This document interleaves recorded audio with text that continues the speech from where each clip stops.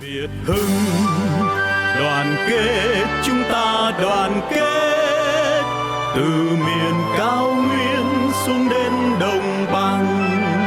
Biển đảo sông ngòi là của chúng ta, anh là, Chị là, chúng ta là người Việt Nam. Việt hưng đoàn kết chứ xin cộng đô. Việt hưng đoàn kết trong giặc ngoại xâm, chống mưu nô lệ, chống loài xâm lăng. Good morning. Good morning. Welcome to the lecture by Dr. Lee Edwards. And we want to thank you all for coming here today. We are very privileged and honored to have as a lecturer Dr. Lee Edwards. Dr. Lee Edwards is co-founder and chairman emeritus of the Victims of Communism Memorial Foundation and founding chairman of the Victims of Communism Museum. He is a distinguished fellow in conservative thought at the VATV Simon Center for American Studies at the Heritage Foundation, and an adjunct professor of politics at the Catholic University of America. Dr. Edwards is a leading historian of American conservatives and author and editor of over 25 books, including biographies of President Ronald Reagan, Senator Barry Goldwater, Attorney General Edwin B. III, and William F. Buckley. He was the founding director of the Institute of Political Journalism at Georgetown University and a fellow at the Institute of Politics at the John F. Kennedy School of Government at Harvard University. He has also served as president of the Philadelphia Society and a media fellow at the Hoover Institution. His awards and honors include the Order of Merit of the Republic of Hungary, the Millennium Star of Lithuania, the Cross of Terra Mariana of Estonia, the Friendship Medal of Diplomacy of the Republic of China, that is Taiwan, not China, and the John Ashcroft Award, and the Writ of Fine Accuracy in Media Award. Legend of YAF from Young America's Foundation, and the Walter Scott Freedom Award. And that is only a small portion of his accomplishment. That's enough. So please join me in welcoming Dr. Lee Edwards.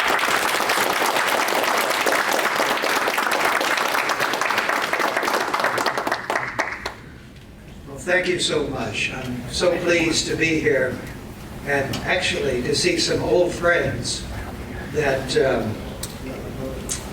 we were together working on the cause of anti-communism. And when Vietnam tragically fell to the communists, we tried to do what we could here in America. And I know particularly with the Victims of Communism Memorial Foundation.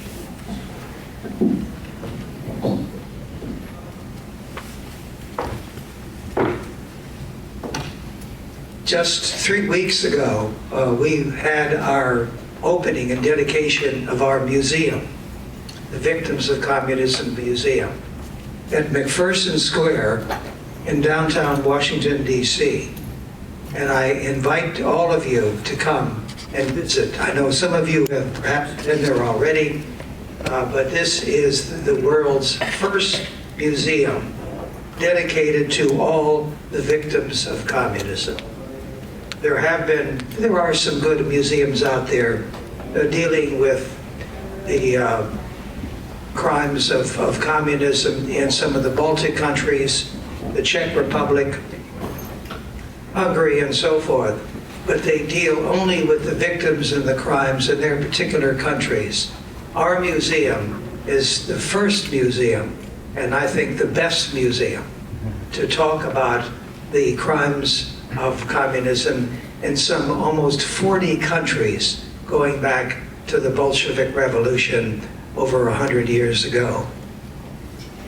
What I would like to do with you this morning is to share with you what has been called, I think properly, China's soft war against America.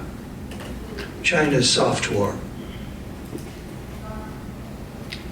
And I think the facts are indisputable that communist China is waging a very sophisticated soft war against America with a twofold goal. To challenge the United States as the world's leading superpower and to supplant America's dominant position in China's neighborhood, that is to say, in Southeast Asia and beyond that, in Asia itself. Communist China's strategy touches every aspect of American society: economic, technological, educational, political, even cultural. Now, at the same time, China is engaged in what can be called its use of hard power, like its offensive weapons buildup, its draconian suppression of free speech and assembly in Hong Kong, the constant military maneuvers and warnings aimed at Taiwan, and the colonization of the South China Sea. But we should also and should not forget at the same time this soft power and its soft war.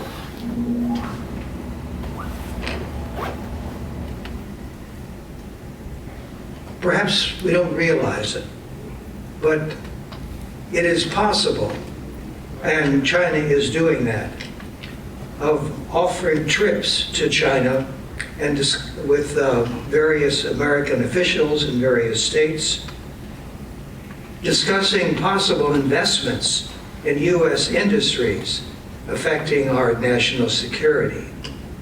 And China does not hesitate to apply pressure once a relationship has been established. In one case, as the Secretary of State then, Mike Pompeo, revealed, a Chinese official threatened to cancel a Chinese investment in if a U.S. governor traveled to Taiwan, which China considers to be too independent. China is cultivating, not only at the level of the U.S. Congress, governors, but also county school boards, local politicians, through so-called sister city programs around the world. Its political welfare and warfare is everywhere.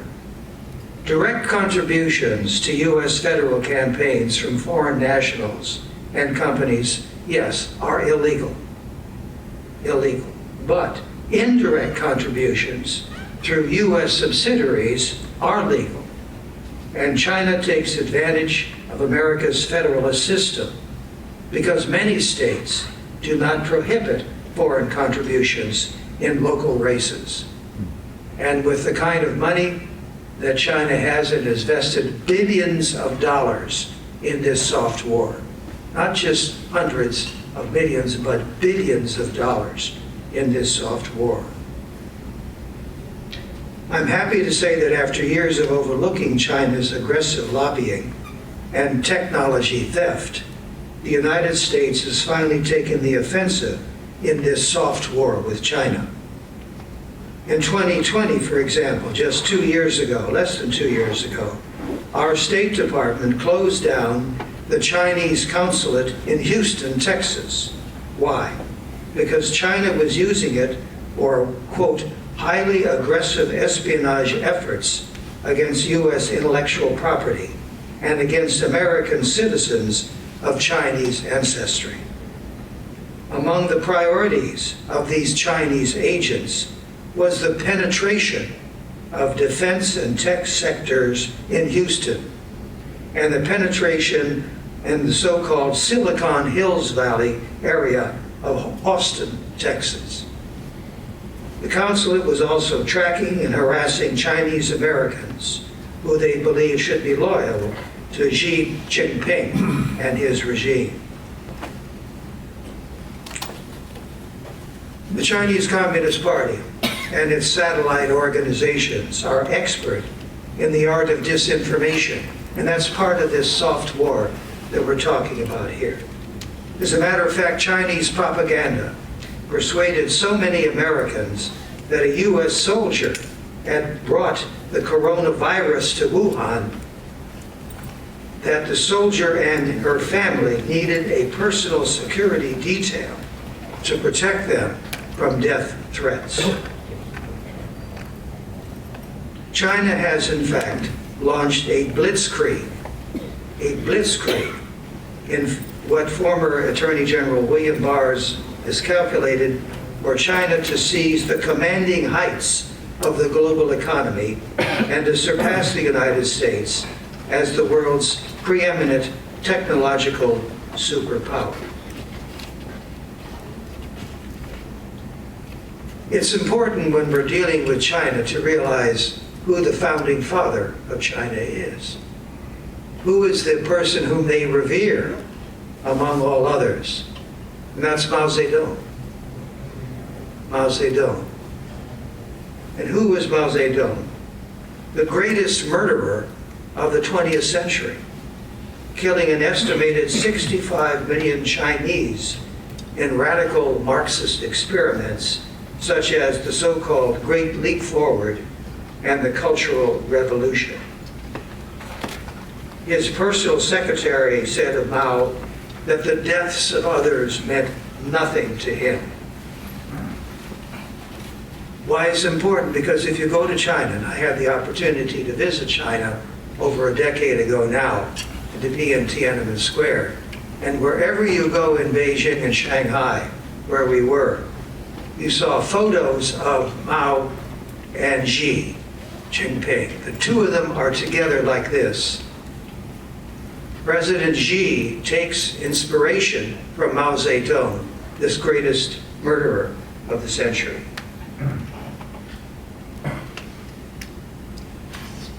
It's important also to know what China is doing, not only to and trying to influence the American people, but how it treats the Chinese people. The persecution by the Chinese Communist Party, which rules the Chinese government, the persecution of religious minorities to a degree not seen since the most repressive days of Mao's Cultural Revolution. According to reliable sources, including the U.S. State Department, more than 1 million Uyghurs, ethnic Kazakhs, Kyrgyz, and other Muslim groups have been placed in internment camps designed to erase religious and ethnic identities.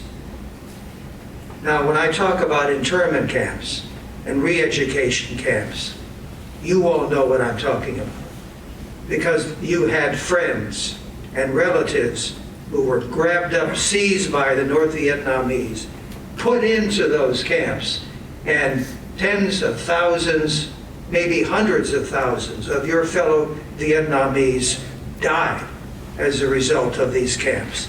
That is going on in China right now. Xi has elevated himself, as a matter of fact, showed us how determined he is to grab onto power and to hold power, has elevated himself to the exalted realm of Mao Zedong with his own manifesto.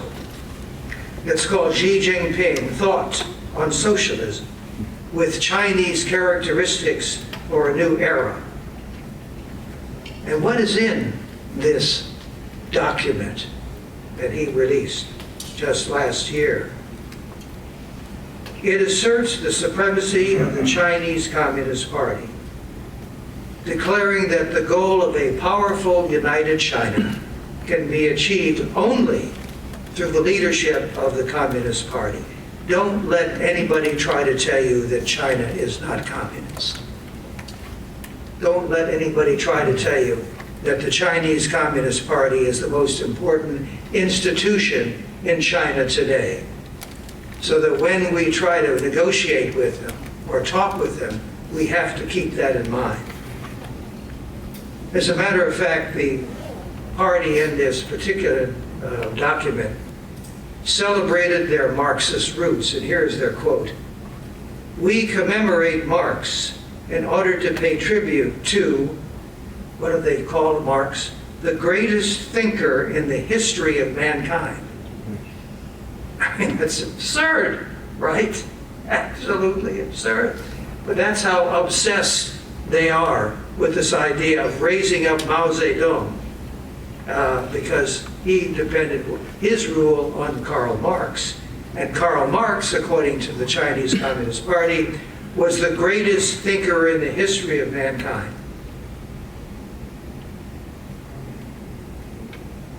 But that's not all. We've talked about industrial espionage, we've talked about political espionage, we've talked about their attempts to influence members of Congress, governors, and all the way down to county boards of education. What is happening on the college campuses here in America? You know, when the left and the right agree on something in these times, the wise men will want to know, and I want to know, what has brought these warring factions together? However, briefly, what do they agree on? And what they agree is that the Confucius Institutes constitute a secret Trojan horse in American education today. The Confucius Institutes. What are the Confucius Institutes? It's a global phenomenon. It's not just here in America. Enrolling more than 9 million students at over 500 institutes in over 150 countries and regions around the world. And these institutes, these Confucius Institutes, are staffed and funded by an agency of the Chinese government, which is to say, by the Chinese Communist Party. The National Association of Scholars has done a wonderful study on this, 243 pages, and they described in detail the many strings which are attached to the Confucius Institutes, such as the loss of intellectual freedom. Chinese teachers, not Americans, but Chinese teachers, are hired and paid by and accountable to the Communist Chinese government. And their pressure to avoid sensitive topics, such as the Tiananmen Square massacre. When I was in China over a decade ago and I was giving lectures on conservatism and anti-communism, believe it or not, in China, in Beijing at the university there and in Shanghai, but I said, I'm going to tell the truth about China to the Chinese, these Chinese intellectuals, because these were some of the creme de la creme of the universities and graduate students. And so I said, well, the American people want the truth to be told about what's happening in China. And so these party members said, well, okay, that may be acceptable, but what do you mean by that? And I said, the Cultural Revolution. And they said, well, that was only 70% right and 30% wrong. So, you know, you can mention the Cultural Revolution. And I said, I'm also going to be talking about the Great Leap Forward. And they said, well, that was also 70% right and 30% wrong. That's okay.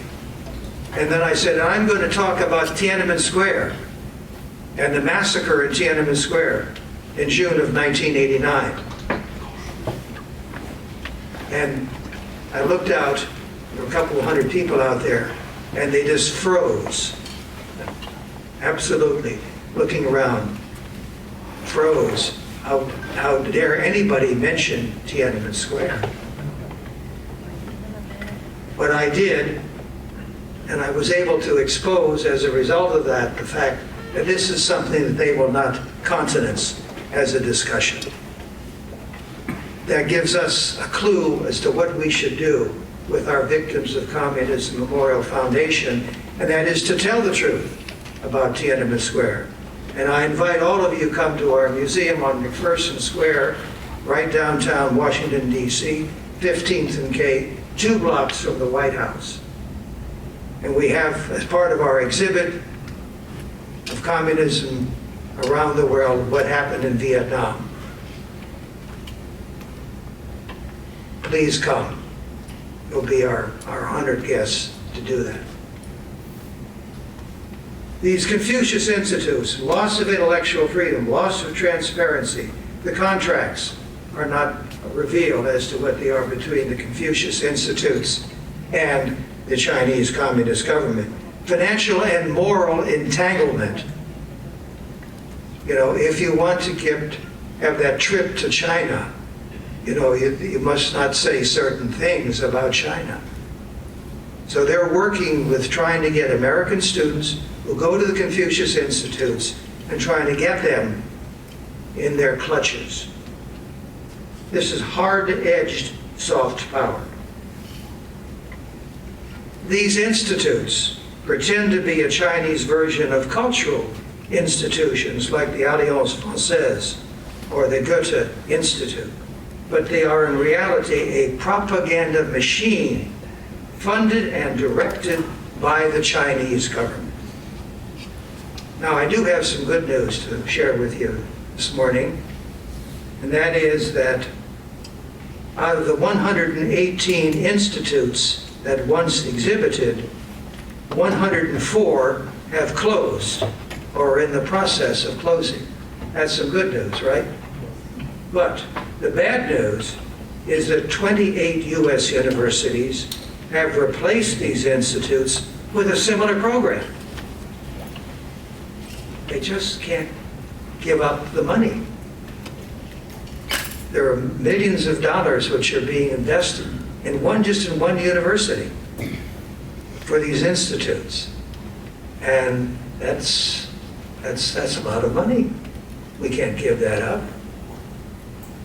And so they haven't. And so prestigious universities like Columbia and Stanford have institutes, Confucius Institutes, right now, today, this morning.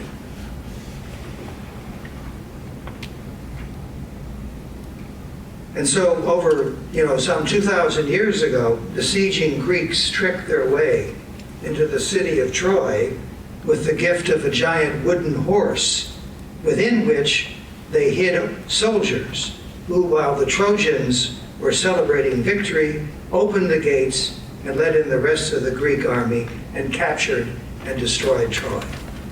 Ever since we have been told, beware of Greeks bearing gifts.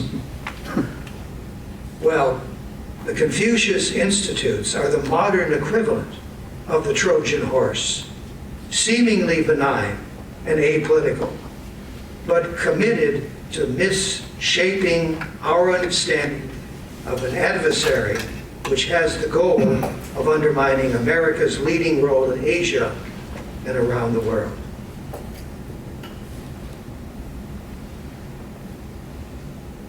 We have to ask ourselves, what is China? Is it in fact a totalitarian state? Now you read the New York Times, the Washington Post, and they refer to China as an authoritarian regime. Authoritarian. But is it more than that? Is it in fact totalitarian? Well, one way of measuring this is to take a look at Zbigniew Brzezinski's 6 traits of a totalitarian state. And here they are. A totalitarian state has an official ideology. It has a single political party, typically led by one man. It has a secret police. It has party control of mass communications. It has party control of the military. And it has a centrally directed economy. Where does Communist China belong? And 5 out of the 6, it has all of those traits. An official ideology, single political party, a secret police, control of mass communications, control of the military. Only in the economic sphere do we see a certain amount of authoritarianism and not totalitarianism. But even here, with regard to the economy, the most critical decisions are made not by the market, but by the government, by the central government. So I think that we can say that China is a totalitarian regime, and that we must take that into account when we're dealing with it, whether it's in a soft power area or in something more hard power. You know, China presents itself as a vast market for U.S. companies and investors, but U.S. companies are taking a second look at doing business in a country which considers Mao Zedong its patron saint. Google, for example, reconsidered its operations in China after discovering what? A sophisticated cyber attack by the government against their business. Google has revealed what many in the internet world have known for some time. China routinely hacks into U.S. and Western websites for national security and other valuable information. As a matter of fact, a couple of years ago, when the Victims of Communism Memorial Foundation put on a program called China Forum in Washington, D.C., all of a sudden, screens were going blank, or they were being peppered with white rain, colored rain, and so forth. And somebody was trying to take down our show, our program, our China Forum. And what were we doing in that China Forum? We were talking about, guess what, Tiananmen Square. And we're talking about Mao Zedong being the greatest murderer of the 20th century. And we were shut down for several hours until we finally managed to put up and get it operating again. We went to the FBI. We said, well, who did that?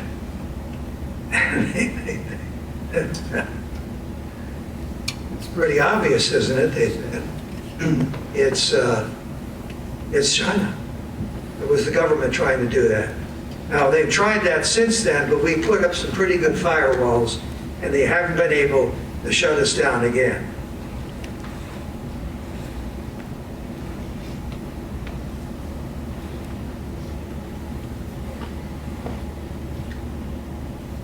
I hope I have made a pretty convincing case for you this morning that China has launched a blitzkrieg, because they're everywhere and they're spending billions of dollars, not only here in America, but also around the world, particularly in Africa and also in Asia.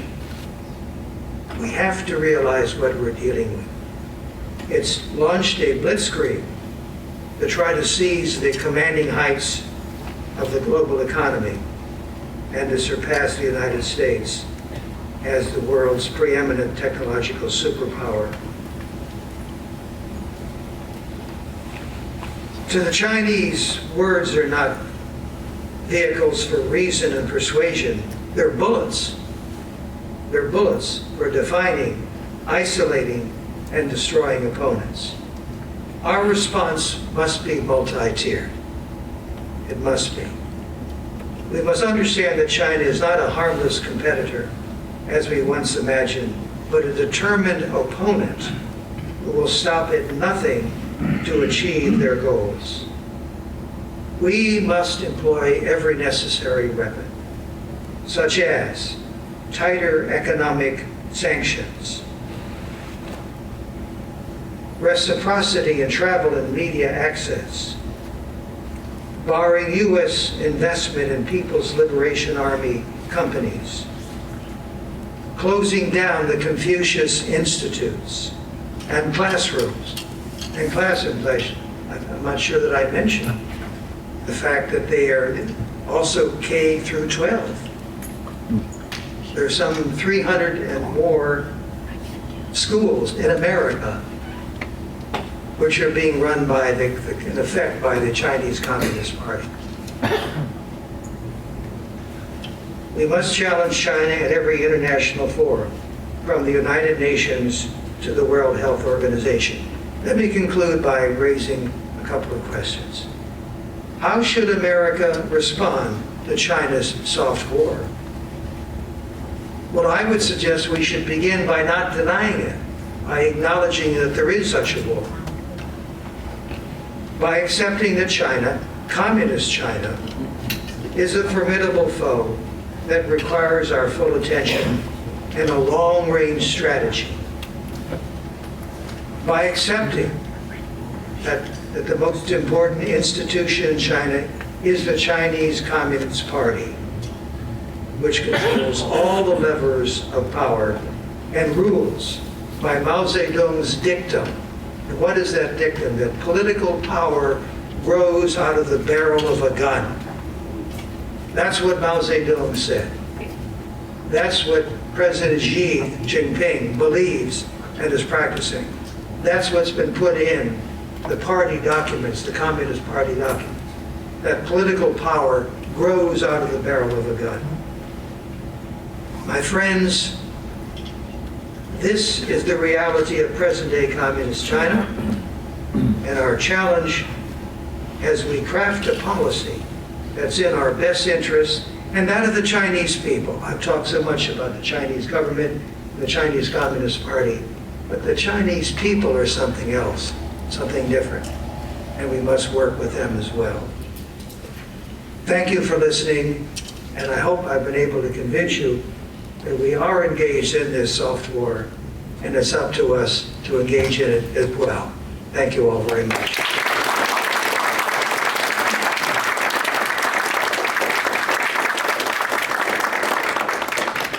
Dr. Edwards will take questions from the audience. Please. Can you wait for the microphone? Thank you very much. Brad Thayer with the Center for Security Policy and the Committee on Present Danger China.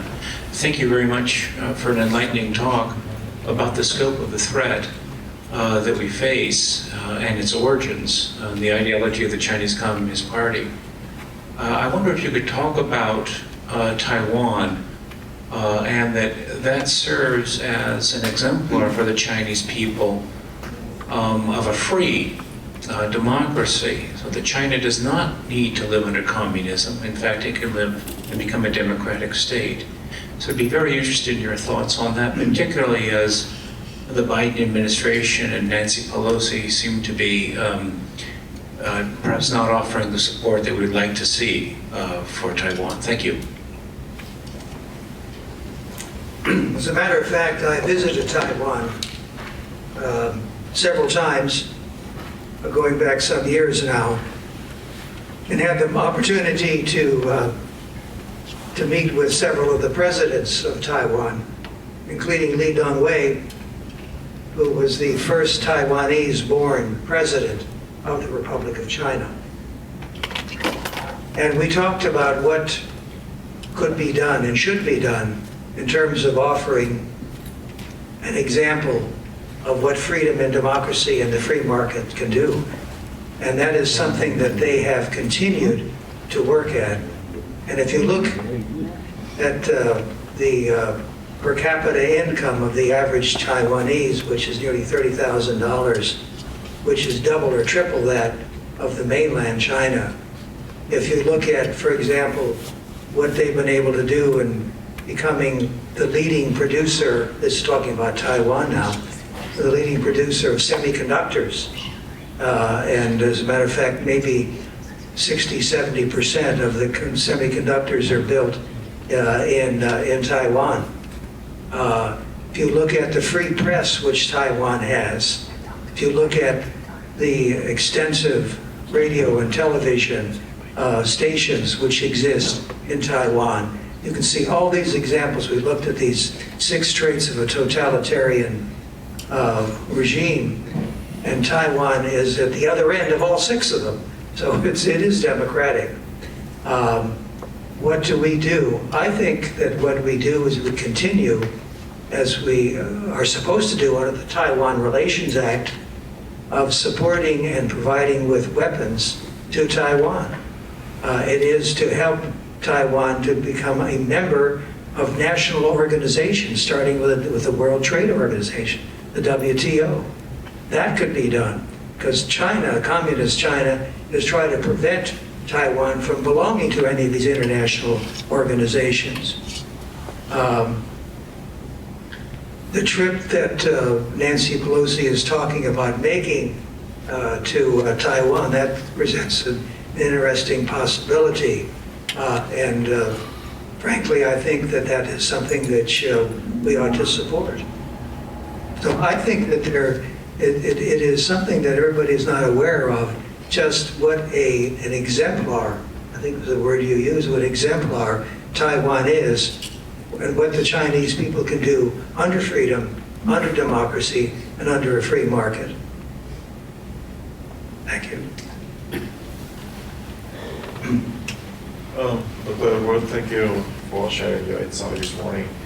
I have a question. Do you believe that there is a political consensus in the U.S. Regarding what you just mentioned right now, like the threat of communist China and the soft war in the U.S.? And do you believe that even all the domestic issues we are facing today, there is a political will to counterbalance communist China influence around the world? Right? They invest money everywhere. I've been to Costa Rica. They gave Costa Rica a hospital and a brand new stadium. And as a result, Costa Rica switched the relationship from Taiwan to China. They do exactly the same everywhere in Africa, the Belt and Road, you name it, Oceania. How do we counterbalance that effect? And do you believe there's a political will to do? Thank you. If you had asked me that question 10 years ago, I would have said, I'm not so sure. There is a political will to do that. That was 10 years ago. And just about 10 years ago, we dedicated a memorial to the victims of communism. And President George W. Bush was there accepting it for the American people. Tom Lantos, the brilliant liberal democratic chairman of the House Foreign Affairs Committee, gave the keynote address. And so here was an example of bipartisanship from both the Democratic side and the Republican side for Taiwan.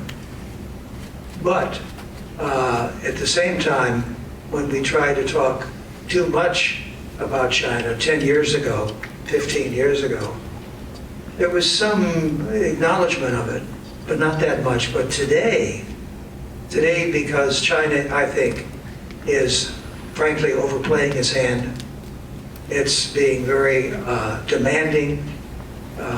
There are strings attached to that Costa Rica funding that they did, and there are now nations which are beginning to realize that there are some African nations whom we've talked with, and they're saying, well, all of a sudden they're making demands which we didn't know they were going to make when they built that bridge, or when they took a look at our harbors and tried to make them a little more navigable. I think that because China is overplaying its hand, I think because it is asserting itself in so many ways, I've indicated here this morning, through the Confucius Institutes or industrial espionage or making political contributions to our elected officials, that people are saying, wait a minute, China's more than Egg Foo Young. It's more than Egg Foo Young, you know, or chow mein. It is a dangerous adversary. So I think that the political will is growing, is coming, and is coalescing. And this is certainly also, which we found when we dedicated our museum to the victims of communism just less than a month ago. And the reaction to it has been terrific. And at the core of our museum is a goddess of democracy from Tiananmen Square. So we have deliberately chosen to focus on China and the threat that it poses. Thank you. I appreciate your thoughts, wisdom on Chinese support of Russia and what Russia is doing in Ukraine and the general increased Russian-Chinese alliance. Well, that's a very outstanding and serious threat to us, to our national security, to our national interest. A relationship, a partnership between Russia and China would be really fearsome. And we have to watch it very, very carefully to do whatever we possibly can to make sure that it does not become a reality in various ways. And I think we can do that through being active in international organizations. I think we can do that by talking about it. We can do it by saying that, and calling it to the attention, for example, of our allies and emphasizing it in our conversations with them, whether it's Japan when we're talking with them, or whether it's Germany when we're talking with them. A Sino-Soviet partnership would be a very distinct and serious danger to our national interest.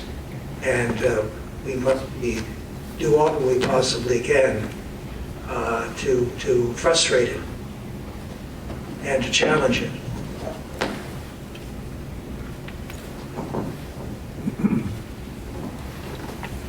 Yes, sir. So, thank you very much for enlightening about the threat of China and also your recommendation on the strategy to deal with China. I just want to have a question. The powerful China, the power of China to the world based on three things, particularly to the US.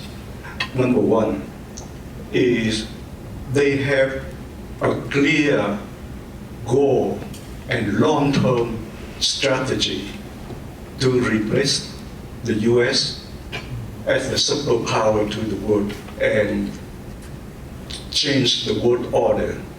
Also impose the socialism in China's way to the world. Number two is they know, due to the integrity and solid structure of a democratic system of the US and the world, they know the US and the Western country better than the Western country and the US to China. Number three, because they have strong financial power, so they invade the US or the Western country or other country in the world through many facets, on education, on land, on resources, on many things. So the question to you is, from your experience dedicating to the issue of China, have you seen the US particularly have a long-term grand strategy and consistent policy to deal with China from administration to administration that required the union not only from the government but to the American people to understand the threat, long-term threat of China? Thank you. Well, I indicated earlier, I see signs of a coalition forming between Democrats and Republicans here in Washington, D.C. I see an awareness at the grassroots of things like what the Confucius Institutes are all about. Businessmen in Texas certainly understand the danger of industrial espionage, and that's the reason why our State Department shut down that consulate in Houston, because they just went too far. I can tell you this, that we have friends in China, in the mainland, and they tell us what is happening in the mainland, that there are demonstrations. People are challenging the authority of the party. They're challenging the authority of the government all over the mainland. Now, there's no coverage of that, of course, by the Chinese media, naturally. They're suppressing that.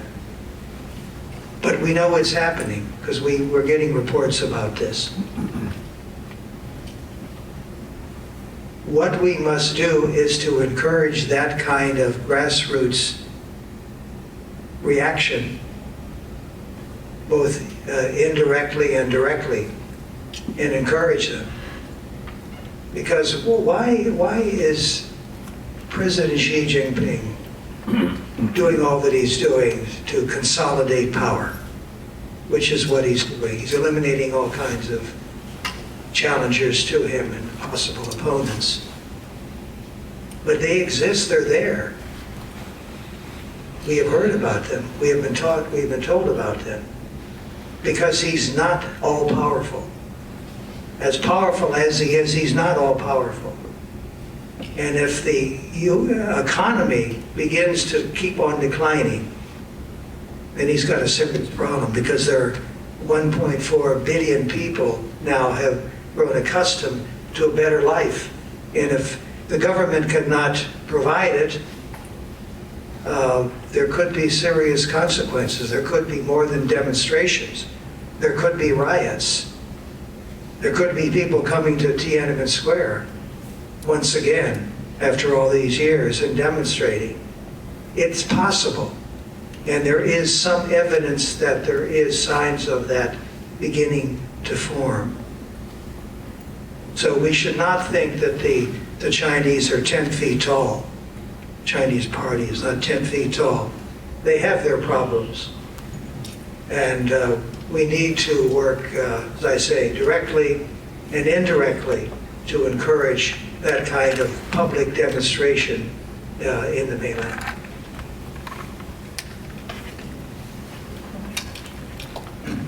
Hi, my name is Xi Van Fleet. I'm from China, grew up in China, experienced Cultural Revolution from the beginning to the end. So I know it. And I've been to China frequently. The last trip was 2020.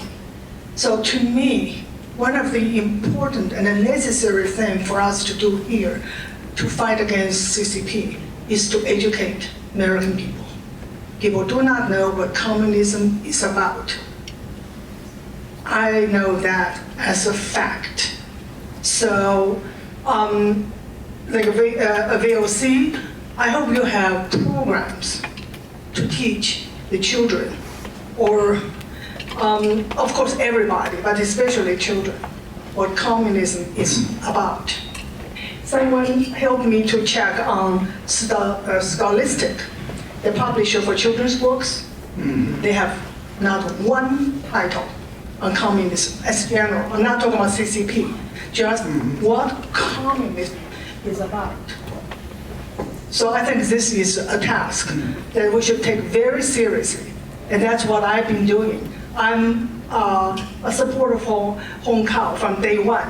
Every place I went to support him, I talk about communism. And I've been working with Godfrey on his program, and I talk about communism. And I think we should start programs for children especially. Children's, we have so many children's books on wokeness, on slavery, on Jim Crow. We have few or no books about communism. Right. So I think that's the task. I agree with you 100%. And as a matter of fact, we are doing that. We are doing that. We have created a curriculum for high school students. And we are distributing this both electronically and also mostly electronically to teachers. We're also bringing teachers to Washington, D.C. for a week-long seminar on communism, from Marx to Mao and beyond. What we have found is that the teachers need to be taught. We must teach the teachers, because they know nothing about communism either. But they're open to it. They just don't, when you tell them that there have been 100 million victims of communism, they say, really? I didn't know that. My goodness, where is that? And we say, well, look it up in the Black Book of Communism, published by Harvard University. Must be the truth of Harvard University says it, right? There it is, 100 million victims of communism. Beyond that, I have some good news for you. Florida has passed a law in which they will be required, high school teachers will be required to teach communism in the schools. It's done, it's a done deal. The state legislature passed it, the governor signed it, and it's going to happen. And we, the Victims of Communism Memorial Foundation, had a little something to do with that. We are now rolling that out, and we're in contact with other governors like Texas, like Virginia, and we're saying, here is a model for you. Because it's happened in Florida, you can do the same thing here and fill in the name of the state. So believe me, you're absolutely right, that needs to be done. It can be done, it should be done, and it is being done. And it's one of the things that, and we're a small organization, but we have found a tremendous favorable treatment and acceptance of this idea of teaching about communism. So there's some good news for you.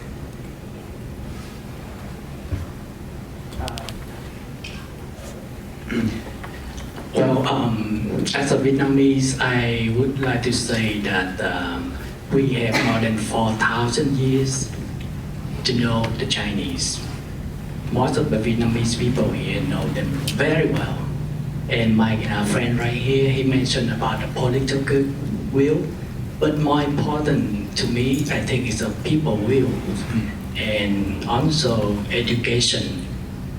Speaking of education, I would like to quote one of the Chinese philosophy. He says, for the benefit of 10 years, plant trees.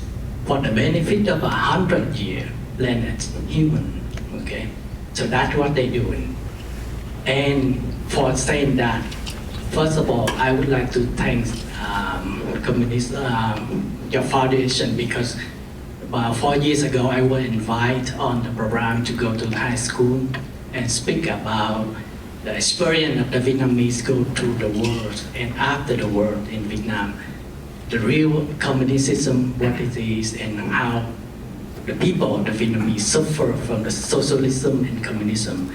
Second thing, I would like to thank weaken foundation because they've been around for a couple of years and try to spread out the idea of how bad the Chinese and the communism is. And that's what I agree with her about education.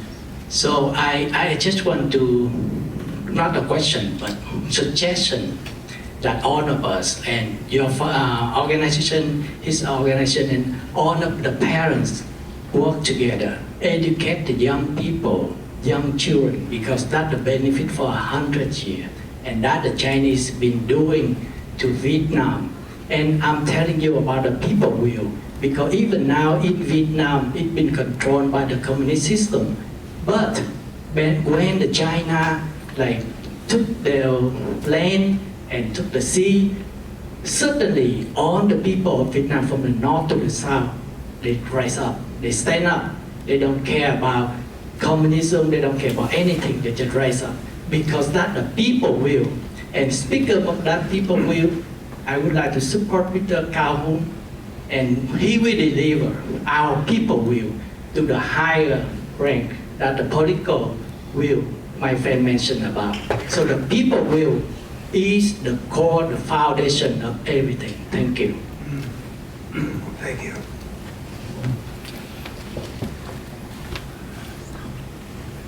Thank you. I'm Frank Gaffney, and I work with Brad Thayer and G and others here. I know you. I know you do. And I just want to start off by saying, first of all, thank you, Leopold, for what you have done. It's a lifetime achievement of just epic proportions.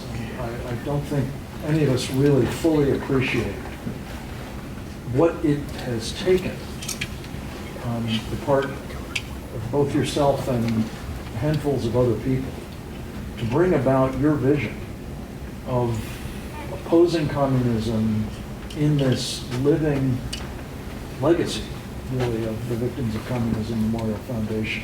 And it's just spectacular to see what you've accomplished, and congratulations on the new building, prominently situated. It's a wonder. So. Thank you, Frank, so much. That means a great deal coming from you, because you've been a great fighter against communism and for freedom your whole life put together. We've done some things together, right? Yeah. Well, now that brings me to why I wanted to both be here. Thank you, Hong, for getting me over here.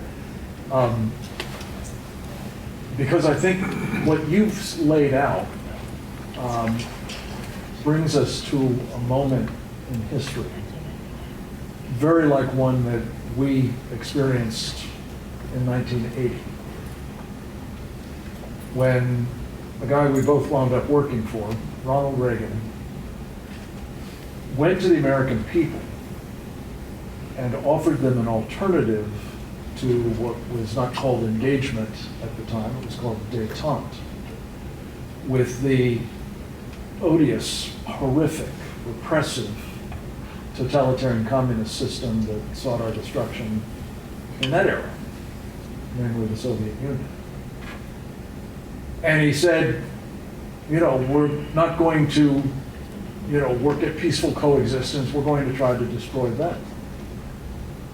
We win, they lose, as he famously said. And it seems to me, Lee, everything you've said, which is true, though I would argue that 100 million is just part of what they've actually killed. I think that the Chinese communists under Mao probably have done, and since 100 million all by themselves, and that's without even counting the 400 million that they actually acknowledge having murdered through their various population control systems. But whatever the number is, this is a moment when, as you've said so well, we're facing a threat that actually makes the Soviets in their heyday pale by comparison. And I think everybody in this room knows that. They've had first-hand experience with it. So I wanted just to put to you a proposition. I tried it out on home yesterday. And in fact, Brad has been working with us on it too. That in the spirit of trying to educate the American people, we also make a concentrated effort for the next 3 months to educate every person that we can get our hands on who is seeking elective office in this country. We don't have a presidential election. We don't have a Ronald Reagan as a candidate, for heaven's sakes. But we do have, for the next 3 months, a window of opportunity to get to people who, at least for the next 3 months, are very interested in what we think. They want your vote. And this is true at the federal level, of course, but also I would argue at the state level. Because as you've said, I think, governors and state legislatures and county boards of election and all the way down are being targeted by the Chinese Communist Party. So we put together something we call the brief. It's not unlike what you said, but formalized a little bit. And just wanted to enlist the help of everyone here, and most especially you, and if we could, victims of communism, to partner up to try to get this kind of information in a really concerted way to everyone who seeks our vote this fall. And make this, in turn, an opportunity, as Reagan seized, for a mandate for the kind of course correction we all know is needed. And then hopefully a basis upon which to hold people accountable once the votes are taken. So I'd love to talk to you further about it, but I did want to plant the seed here, especially with activists who are engaged in the fight. Thank you.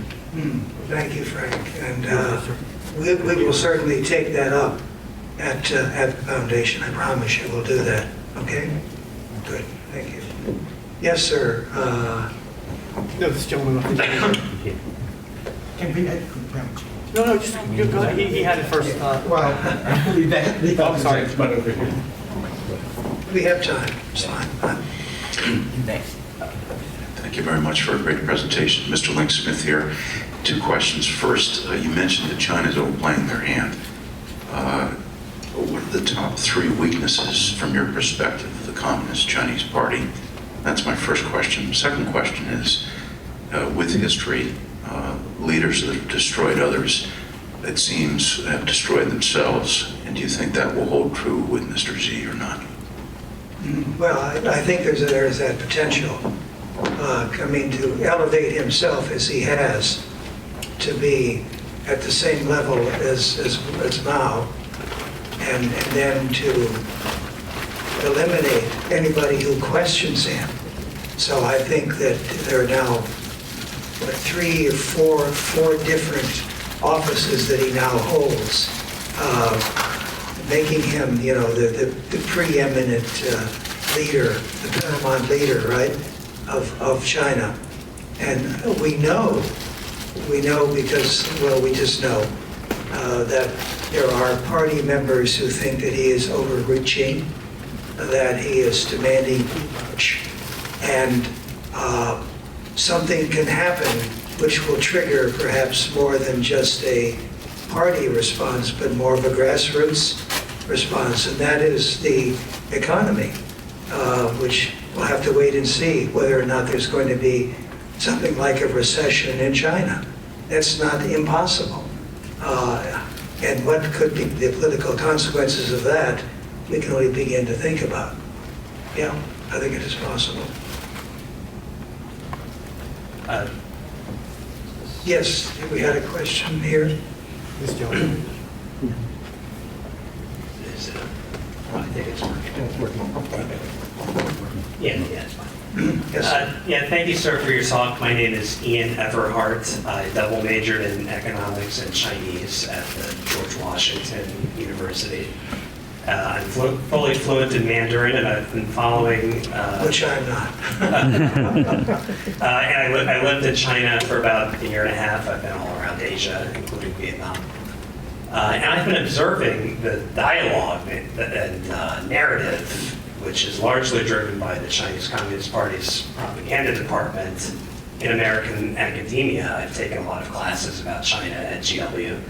And not to name names, but I've seen a lot of highly regarded so-called China experts just equivocating, making lots of milquetoast analysis about China, doing consulting contracts with multinational companies on the side.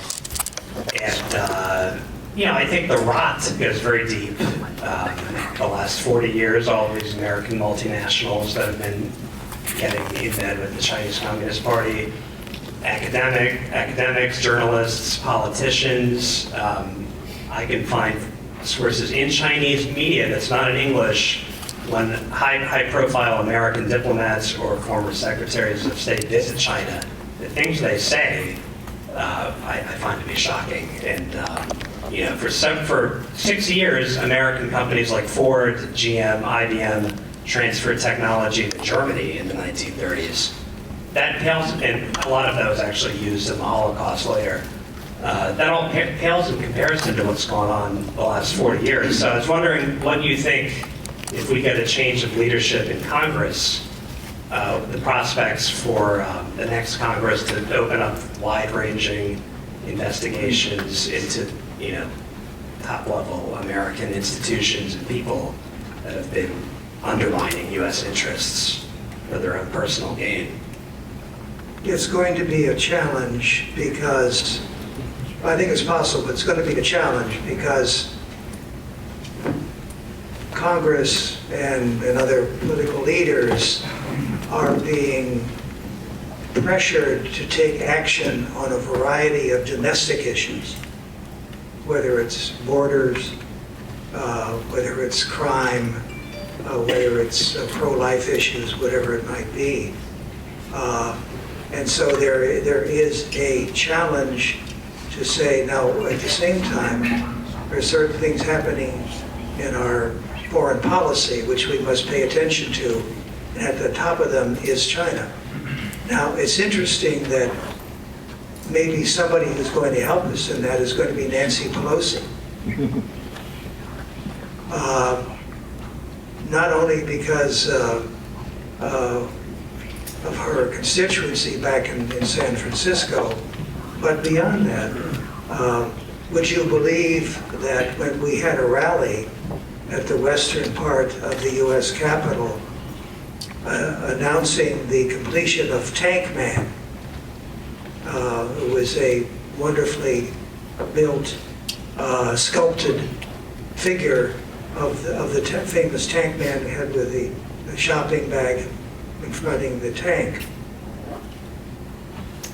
Who was our main speaker there?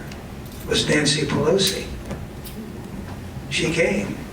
Not only that, and you'll appreciate this, Frank, I introduced her. She probably didn't know exactly who I was, which maybe just as well, but she was there and didn't have to be there. And so there are certain things that can't be ignored, as we've talked about here this morning, that China is up to, both in this country and around the world. And that they're becoming more and more self-evident. And you're beginning to see the media beginning to pay more attention to it. So I'm not saying that it's automatic, but I think it's possible that we can draw upon some unusual allies to focus on China as a clear and present danger, to coin a phrase from the past, borrow a phrase from the past. Yes, any more questions? Yes, sir. My name is Hong Kao. I'm a retired Navy Special Operations Officer. I'm also the next congressman in the 10th Congressional District in Virginia. And I know it seems bleak. It seems like we're August 1939 right now. And I think it seems like we're in August 1939, and the Chinese do have us surrounded, right? The CCP does. South America, all the things happening down there, the Sao Paulo Forum, they just turned over Colombia, the leadership in Colombia. There's the largest here in Peru that houses 3 of their nuclear aircraft carriers. They have the Panama Canal. They have 300,000 students in our schools here. They also control, they bought a lot of land. I saw this in Africa, where they bought up a lot of land there, as well as in Pakistan and Afghanistan. It seems bleak, but I need to remind people that, the American spirit is such that, we're an amazing country, that you can never defeat the American spirit.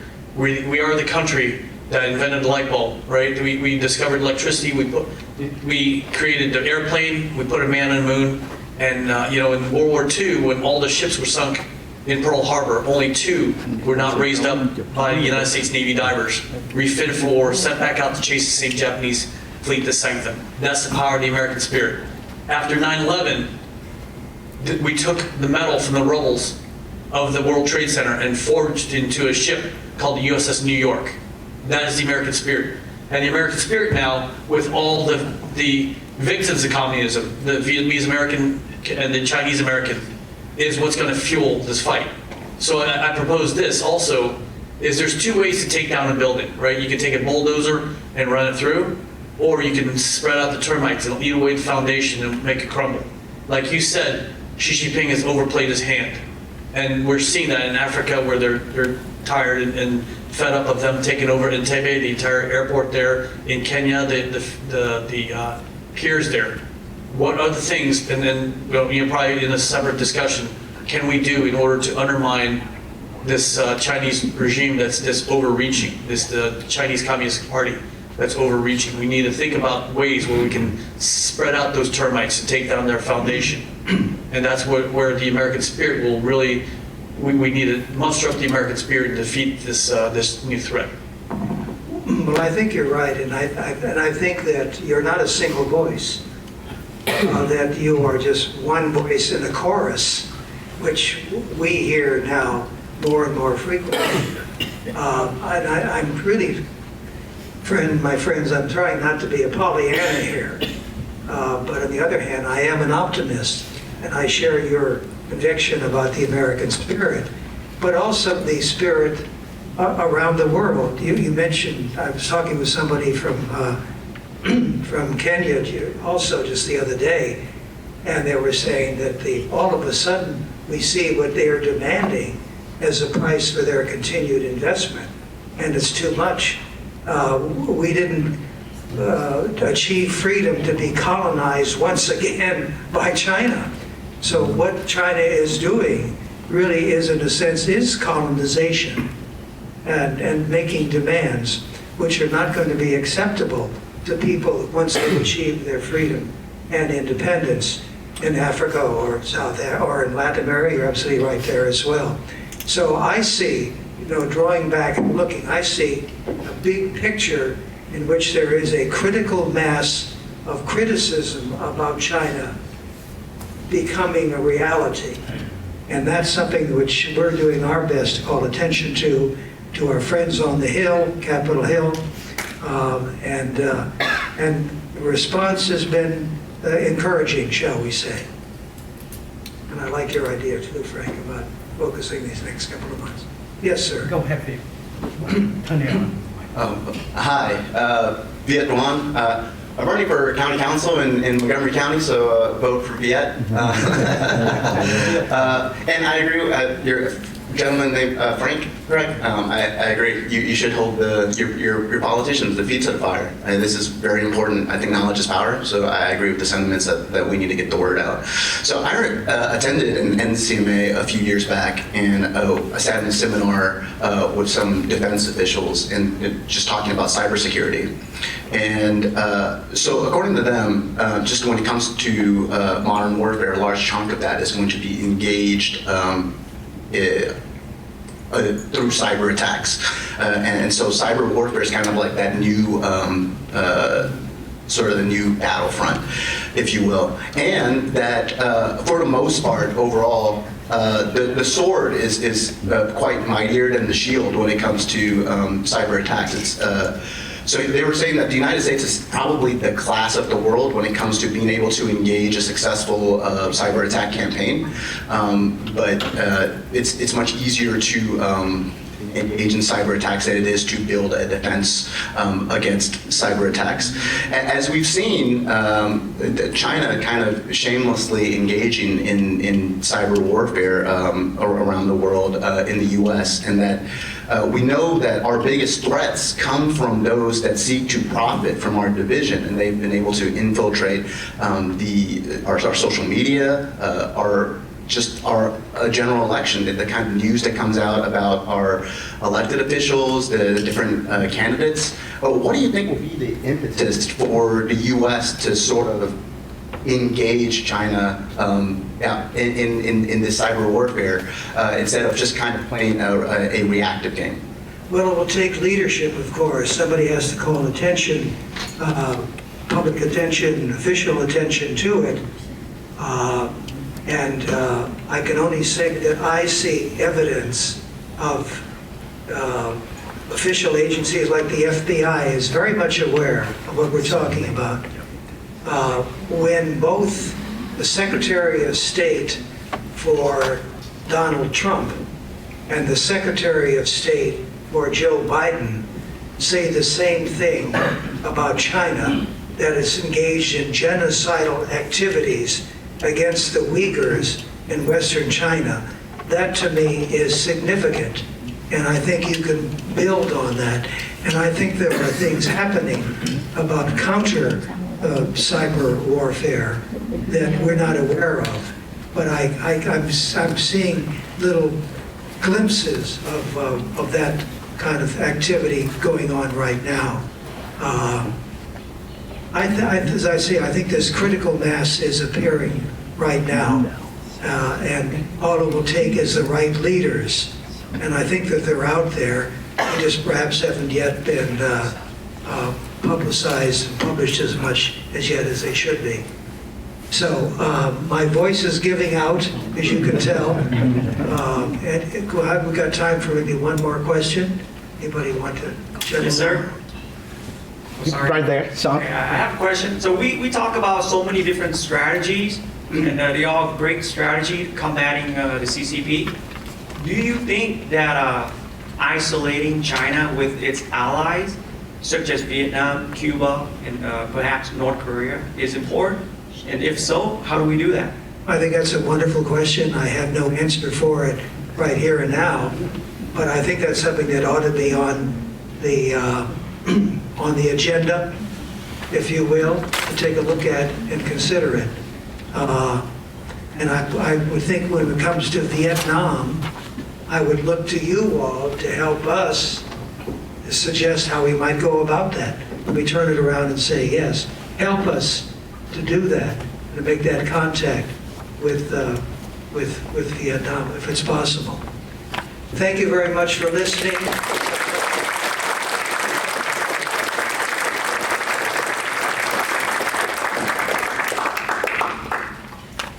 As a token of our appreciation for Dr. Edwards, we are presenting with him two medallions. Two medallions which technology is developed by high school friend Dr. Trojan. He will talk about that in a few minutes. But I can say without hesitation that nobody in the world has like equally good medallion.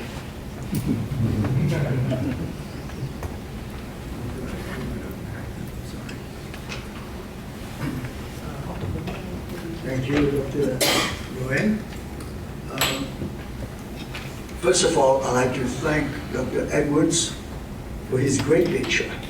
A very good lecture, very informative, and he presented to us all the dangers which the communists are doing, not only against the US interests, but against humanity in the world. So I think we are on the soft war, as Dr. Edwards called, on an enemy which we're going to be very careful, because he has got plenty of tricks. Upon that, I think I would like to present this little souvenir to Dr. Edwards on behalf of Dr. Nguyen, the chairman of the movement for the Renaissance of Vietnam. On behalf of the movement, we'd like to present to you this medallion, which shows the logo of the movement for the Renaissance of Vietnam. It is a very special medallion. It is made in the US not in China. Made in the US and struck by the oldest private mint in the US. However, it is blended with a little bit of Canadian technology in there, because Canadians are friends of Americans. And it was designed by the director of art and the master engraver of the Royal Canadian Mint, my friend, and he's not here today. And on one side it represents the logo of the movement for the Renaissance of Vietnam, and on the reverse side it shows the strong sisters, which represent the fact that our heroine for Vietnamese. They are the general more than 20 centuries ago who fought against Chinese and repulsed them, get them out of Vietnam. So we remember their great patriotism, and we are taking their leads as inspiration to fight against the Chinese who are trying to get over to Vietnam also. But this is my pleasure. And it is America is here too. America. Yeah. You should stand up. Come. The original inspirator or person who draw the original picture comes from the artist Vika, Mr. Vika. He's great. From his artwork, give us the inspiration to make it happen.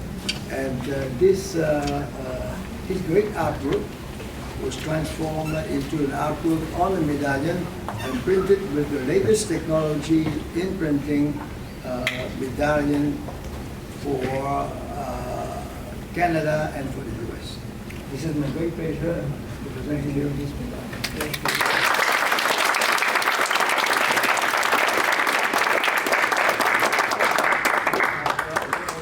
From you which we cannot forget. It's a medallion of the Kimi Foundation, who is a parallel sister organization to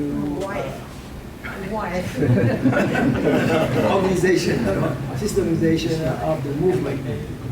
Mrs. Kim Il-young is definitely better half of How are you our doing? children. And this is also my pleasure to present to you this medallion, which Mrs. Kim Il-young gave to winners of her scholarships. Okay, let me explain to you what it means. The front, you see the three bronze. It represents the health, education, and welfare. That's our mission. Okay? I think I speak loud enough. Okay, on the back, you see these two pictures, the US and Vietnam. It represented my love for Vietnam and US. And you see there is a book and there is a light, so that we're holding the light for them. Thank you.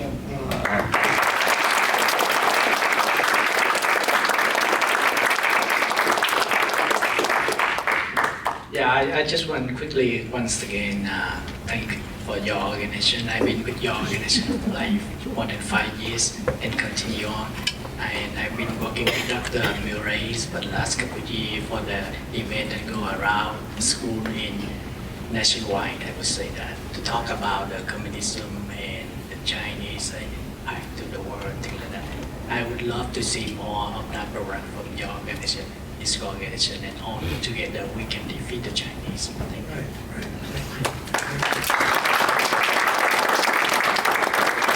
We have heavy hors d'oeuvres by you in the next room. Please enjoy.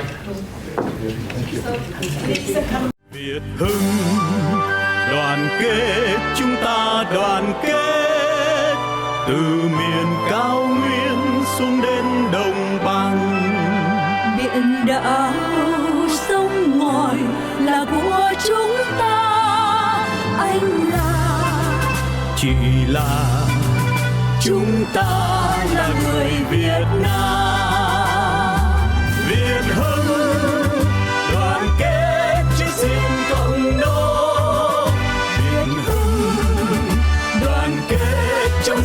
ngoại xâm, chúng mưu nô lệ, chúng loài xâm lăng.